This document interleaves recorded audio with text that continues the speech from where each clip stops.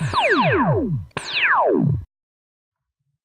I'm John Cranton with JimFeist.com. We're going to take a look at the 2017 SEC football preview, a powerhouse conference. First, I want to remind you that Jim Feist is off that 72-48 NFL run. He has a preseason special.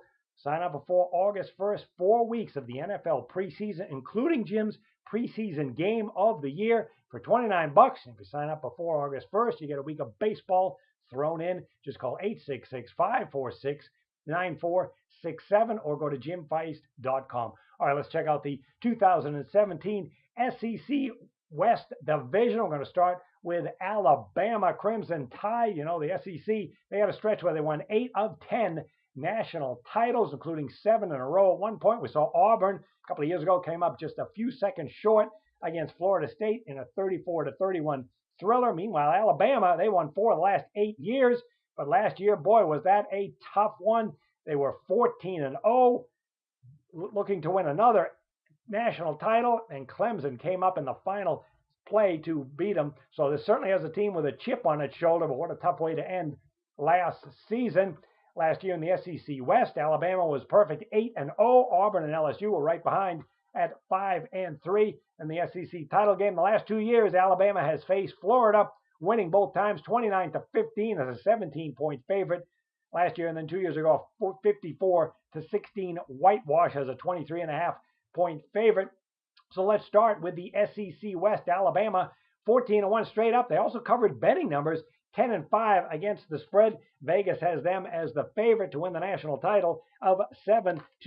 Also, the win total for Bama is 10.5 with the over at -180. So they're making you pay to taking Bama to win anywhere from 11 plus games. Again, this team is loaded once again. You got 6 starters back on offense, 5 on defense. There are some changes, though. Nick Saban has a new offensive coordinator, and Brian DeBall, he comes over from the New England Patriots, where he ran the spread offense with the quarterback Tom Brady, and it's an offense that is just so balanced for Nick Saban. 38.8 points per game last year. That was 16th in the nation. Tremendous balance. 210 yards passing, 245 yards rushing. That ground game was 12th in the nation. You got the quarterback Jalen Hurts back. 23 touchdowns, 9 interceptions. Oh, when he ran for 954 yards, 5 yards per carry, a dynamic threat who's going to lead this team. Now, he does lose his top wide receiving targets with the exception of junior Calvin Ridley, who was a terrific target, 769 yards. He's back. They got Cam Sims stepping in, 152 yards, and a sophomore in Trayvon Diggs, who had 11 catches last year, but we'll get more. But, of course, this offense for the Crimson Tide is totally balanced. Junior running backs Damian Harris and Bo Scarborough are back. Harris with topping 1,000 yards, 7.2 yards per carry, and Scarborough with 6.5 yards per carry. And, of course, 4 starters back on a terrific offensive line, anchored by center Bradley Bozeman and left tackle Jonah Williams. They also pick up a terrific right guard in Lester Cotton. He's a former top recruit. He did play in 9 games last year, started twice at left guard. So this offensive line is going to be outstanding again.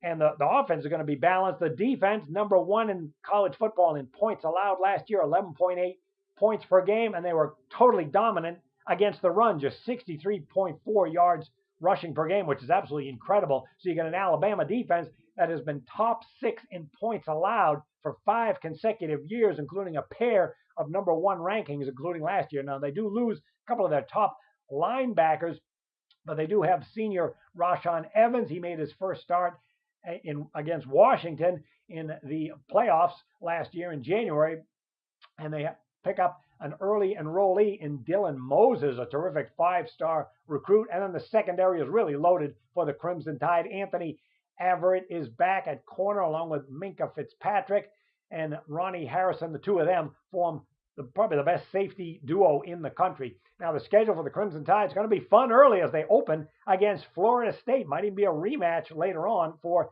the national title. That game is going to be played in Georgia, at Atlanta, Georgia. And then Alabama's got 4 road games to look at: A&M, Vandy, Mississippi State, and the big one, the Iron Bowl against Auburn. Toughest stretch for them is really going to be September 23rd to October 21st, a month where there's really going to be difficult. They're going to play Texas A&M. They're going to host Ole Miss, Arkansas, and Tennessee. But really, Vegas has them penciled in for over under 10.5 wins. Yeah, they're more likely with this quarterback and dominant defense to hit the 11 or 12 win mark again.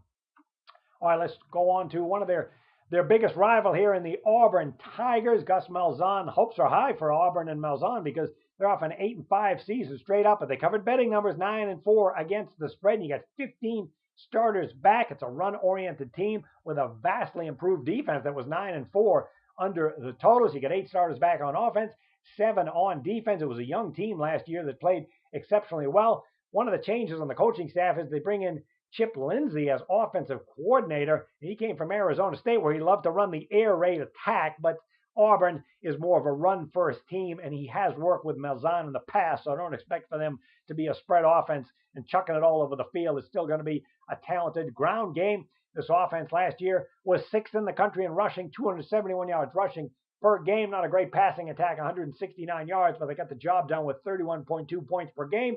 And they should be a great running team again because you got junior quarterback Sean White is available, 9 touchdowns, 3 interceptions. They pick up Jared Stidham, a sophomore transfer. You might remember him 2 years ago when he was at Baylor. He was great at Baylor, 12 touchdowns and 2 interceptions. So they have one of the best 1-2 punches at quarterback in college football for the upcoming season. You got 4 of 5 receiving targets come back to a passing game that ranked 112th. Still should be a run-oriented attack. But the key is 3 starting offensive linemen up back, Austin Golson, Darius James, and Braden Smith. Plus, they pick up an All-American in Casey Dunn. He's a graduate transfer from Jacksonville State. So this is going to be a dynamite ground game, again, leading the way. The backfield has junior running backs, Kieron Johnson and Cameron Petaway. Petaway had over 1,200 yards rushing, 5.9 yards per carry, leading the SEC with 122.4 yards per game. And then you got this defense, which really impressed last year. 15.6 points per game, was 5th in the nation. That was the first under defensive coordinator Kevin Steele, who came over from LSU. He is back, and it really looks like a solid defense. Again, you got Dontavius Russell up front. You got sophomore defensive end Marlon Davidson, and the linebackers are strong with Deshaun Davis, a junior, and senior Trey Williams. The schedule for Auburn, they got 3 games in mid-season. That is really a brutal road stretch, all on the road here. LSU, Arkansas, and Texas A&M right mid-season. They do get Bama at home November 25th in the Iron Bowl. And don't forget, they got Clemson, defending national champ, in week 2. So they got some tough games on the schedule still. With the returning talent in this ground game and vastly improved defense, Auburn is likely to win 9 or 10 games. And the Vegas number for the Auburn Tigers has 8 with the over minus 140. Seems like a relatively soft number there. All right, let's move on to the LSU Tigers. 8-4 last year, 5-3 in the SEC.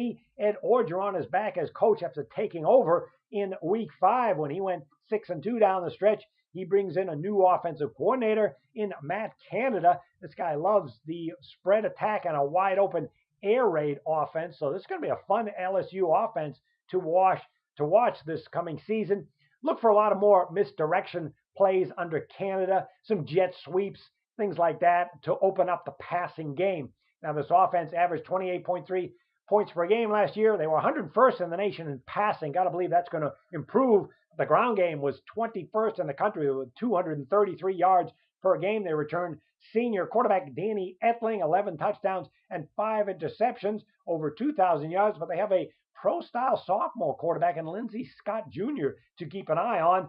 Ground game, though, should be very good. 4 starters back on the offensive line, including 2-year starter right tackle and center Will Clapp. He's coming back from a shoulder surgery, but he's not alone. They got a terrific left tackle in K.J. Malone and junior right guard Mayo Tuhuma back. So this is going to be a great ground attack again, and the new look passing game probably is going to be impressive with the ground game to help it out. In the backfield, you got junior tailback Darius Goose. He had over 1,300 yards rushing, a whopping 7.6 yards per carry, 15 touchdowns, leading the SEC. And you got wide receiver DJ Clark, a senior wide receiver, 466 yards, but 17.9 yards per carry. Outside of those guys, there's a little experience with the skill position talent but still this defense for LSU is going to be terrific. Once again, 16.4 points per game allowed. That was sixth in the nation, and they were terrific at stopping the run, giving up 121 yards per game. They have a 3-4 defense. Key to watch here is this defensive end, Arden Key. He had 12 sacks. He's projected to be an NFL first-round pick. He's going to come back to play for LSU this season. They also have Devin White. He was all SEC freshman honoree last season. So this defense should be very strong again, especially when you look at the secondary, 3 or 4 starters back, led by cornerback Kevin Tolliver II. So another powerhouse defense and probably more passing attack is going to get LSU quite a few wins.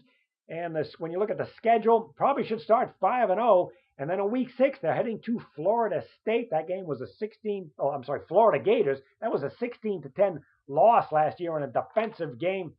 And they get out there, have to head to Alabama on November the 4th. LSU Tigers haven't been covering numbers the last few years, 26, 31, and 1 against the spread. Have to look for them to be around 10 wins or so. All right, let's check out the Texas A&M Aggies for 2017. Kevin Sumlin's team off an 8-5 campaign. Started off good and then folded. Actually, they were 6-0 last year. Finished up 2-5. They carry a 0-9 spread run into the new season. They were 4-9 against the spread last year. He is a terrific recruiter. He's had 3 of 5 top 10 recruiting classes. This past offseason was number 15 in the nation. The offense is very potent, 34.8 points per game with great balance, over 211 yards rushing and passing per game. And they return senior quarterback Jake Hubernock, 6 touchdowns and 2 interceptions, 884 yards. But he's going to be pressed by a couple of talented freshmen coming in, and Nick Starkel and Kellen Mond. They do have wide receiver Christian Kirk back. He's a very sure-handed receiver, 928 yards. Beyond him, there's not a lot of experience, but there are quite a few talented freshmen coming in. Sumlin loves speed, and he's a very good recruiter. So you're going to see some new looks in freshman Cameron Buckley, a wide receiver, Hezekiah Jones, and German Osmond, because 3 of their 4 wide receivers are gone. They're top pass catchers. So you see some kids in there, but they do have some talent. You also have 3 starters back on the offensive line, anchored by sophomore center Eric McCoy, a terrific talent. This team only allowed 21 sacks last year. In the backfield, you got sophomore running back Trayvon Williams, over 1,000 yards rushing, 6.8 yards per carry. The defense for Texas A&M was outstanding, number 37 in the nation, giving up 23.8 points per game for defensive coordinator John Chavis. This guy returns. The linebacker core is really strong for the Tigers, led by Otero Alaka, Richard Moore, and Cullen Gillespie. The Aggies had some difficulty against the pass last year, giving up 442 total yards per game. So that's really the key, is to try and figure out to improve the secondary, but the talent is there. You look at the 2017 schedule for Texas A&M. They're going to open at UCLA. This was a game that they won last year, 31-24, as a 4.5-point favorite. And they really only have 4 true road games. And they get Alabama at home October 7th, the big one. And then LSU is going to end the season. Probably look at them to go about 8-4 this season. All right, we're going to come back and look at Mississippi State. But first, Jim Feist has a special free offer for you. This is Jim Feist in Las Vegas, and I want to thank you for watching all of my videos. We'd love if you'd subscribe to my sports betting channel. It's free, so why not subscribe? Just click on the subscribe button, and I'll give you 7 days of free plays. 7 days of free plays on me. You'll get a YouTube message sent to you with the code word, and an 800 number. You just call in with the code, and whatever you want, call in, and we'll give you free service each and every day for 7 straight days. And thanks again for watching and subscribing. All right, that Texas A&M betting number in Vegas for the over-under for the win totals is going to be 7. In fact, the over is plus 105, and that is a talented team coming back on both sides of the ball. Let's take a look at the Mississippi State Bulldogs. Their over-under projection is 5.5 in Las Vegas. They're off a 6-win season, 6-7, 5-8 against the spread. You got Dan Mullen. He certainly missed quarterback Dakota Prescott last year, but for this season, you got 7 starters back on offense, 6 on defense, and a very good recruiting class, top 30. The bad news is the schedule is really difficult for the Bulldogs. First, let's start with the offense. 30.4 points per game. They had decent balance, 209.7 yards passing, 230 yards rushing per game. That was number 23 ground game in the nation, as the coach got back to more running the football. You got junior quarterback Nick Fitzgerald back, 21 touchdowns, 10 interceptions passing. However, he is a dynamic two-way threat, a terrific runner, over 1,300 yards rushing, 7.1 yards per carry. This is going to be a great ground attack again. Even when they look to pass, this guy can run the football. Plus, in the backfield, sophomore running back Arias Williams is back, 5.3 yards per carry, 720 yards. Wide receiver Donald Gray is a junior. He had 709 yards back to keep defenses honest. And they pick up a four-star freshman running back in Keelan Hill. So this should be a very potent and balanced attack. The defense last year fell off the map. It was a terrible Bulldog defense, 33.1 points per game. That was number 97th in the nation. They allowed 283 yards passing per game. That was one of the worst in the country. So they made some changes. They bring in a new defensive coordinator in Todd Grantham. He arrives bringing in a new base 3-4 scheme. He has plenty of SEC experience because he led the Georgia Bulldogs defense from 2010 to 2013. And he's a different type of defensive coordinator, too. He's very fiery, and he's demanding a hard-hitting defense. We saw that in the spring game as the defense caused a lot of turnovers in some of these games. So might have a new look for this Bulldog defense, a more attacking, aggressive unit. Now, there's also some new looks as they're bringing 7 junior college transfers of players on defense to try and improve the depth. And some of these guys are worth noting. He was a former Michigan State defensive lineman in Montez Sweat. He's a 6'6 guy who can play up front. And they have a former Georgia commitment, as well as junior Chauncey Rivers is coming in. He's formerly a Georgia commit.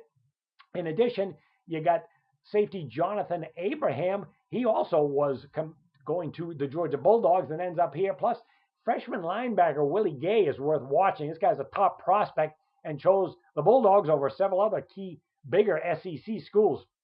Now, the schedule for Mississippi State, a big one, is week 3. They're going to be hosting LSU. And that was a game. They were a 2-touchdown underdog last year and lost just 23-20. If you're looking for a revenge game for Mississippi State, well, that's easily Alabama. Blew them out 51-3, and they're going to be hosting them November the 3rd. Also, they were on a 33-28-1 run under the total. Probably improved defense, and certainly a run-oriented team might be a team to look at under the total again. But it is a very tough schedule. They're going to be road games at Georgia, Auburn, Texas A&M, and Arkansas. And then the home games, Alabama, Ole Miss, and LSU. So, boy, this betting number of 5.5 win total is probably about right. I'm going to call them for about a 6-6 campaign because of that schedule. Well, let's take a look at the Ole Miss Rebels. They're off a losing season of 5-7, all kinds of problems. 4-8 against the spread, just 2-6 in SEC play. They got 5 starters back on offense, 6 on defense.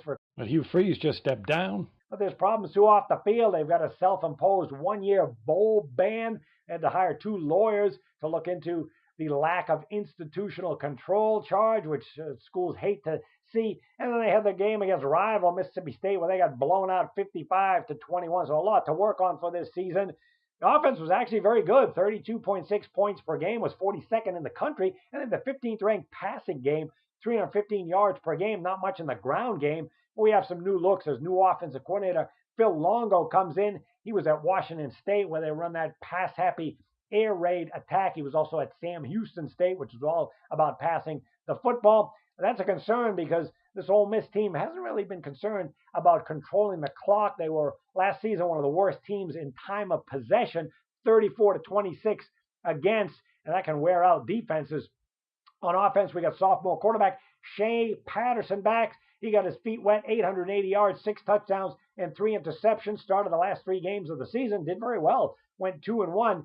And remember, he was the number 1 rated high school quarterback prospect coming out. In addition, they have 4 offensive line starters back. In the backfield, you got senior running back Akeem Judd, 826 yards, 5 yards per carry. And another senior in Jordan Wilkins is back. He did not play last year, but 2 years ago, he got his feet wet with 379 yards, 5.3 yards per carry. And it's a very young receiving core led by sophomore Van Jefferson, 543 yards receiving last year, as well as DK Metcalf. So it should be a pretty good offense overall. The defense, though, was terrible last year, number 100 in the country in points allowed, 34 points per game. Remember, 2 years ago, they were great, allowing just 22.8 points per game. So we have some changes. Wesley McGriff comes in as the new defensive coordinator. He was actually here back in 2012. And the main problem he's got to work on is stopping the run, because this team was terrible. They were one of the worst run defenses in the nation. 246 yards allowed per game, dead last in the SEC.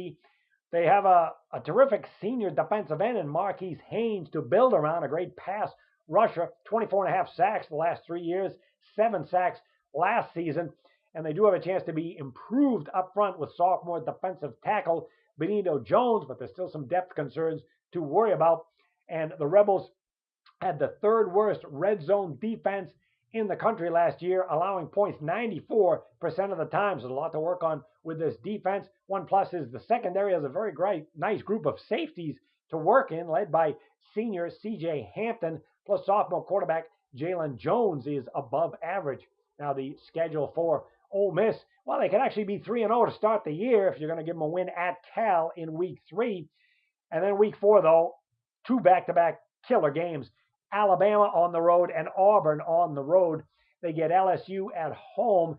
And this team beat Alabama 2 years ago, 43-37 as an 8.5-point dog. And even last year, they covered in a wild game, 48-43 as an 11-point dog. But that was better with better quarterback material. Probably look at them in the 7-5 or 8-4 win total will be better than last year. They got to fix this run defense. Well, let's take a look at the Arkansas Razorbacks. Brett Bielema's back, 7 wins and 6 losses last year, but they didn't cover Vegas numbers, 5-8 against the spread. Although they haven't been covering for a while, 23-15 spread run going back a few years. The offense was very productive last year, just over 30 points per game, and they averaged 264 yards passing. Down in the rush category, 164 yards rushing per game, but they do get a very good passing quarterback back in Austin Allen. He's a senior, 25 touchdowns, 15 interceptions was a little high, but he had over 3,400 yards passing. One downside, though, he was sacked 34 times. If they look to run the football more, perhaps they can have some balance. But he was sacked a lot, and that's a concern with them passing so much, as well as an offensive line concern. And as prolific as they were at passing the football, the lack of the ground game hurt them in the red zone, because they finished 100th in the nation in red zone efficiency. Had to look for more for running back. Junior running back Raleigh Williams had over 1,300 yards rushing, 5.6 yards per carry. And sophomore TJ Hammonds is actually pretty good despite only 88 yards. He can be used out of the backfield as a runner or a passer. And he's probably going to have to, because 4 of the top 5 pass targets are gone.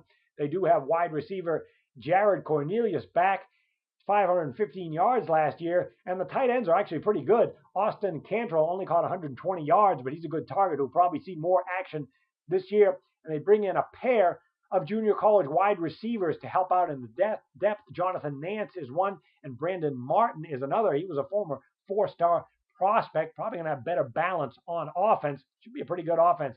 The defense, though, really struggled last year, 30.8 points per game. That ranked number 84th in the country. And they have some concerns because they lost 5 of 7 defensive linemen, and linebacker wasn't always a strong spot for them. So they have some changes. New defensive coordinator is going to be Paul Rhodes. And he was with them last year as a defensive backs coach, and he was head coach at Iowa State a couple of years ago for about 6 years. And he's going to make some changes, though. He's going to change them from a 4-3 base to a 3-4 scheme, and that's probably to try and shut down some of the dual threat SEC quarterbacks they're going to be facing.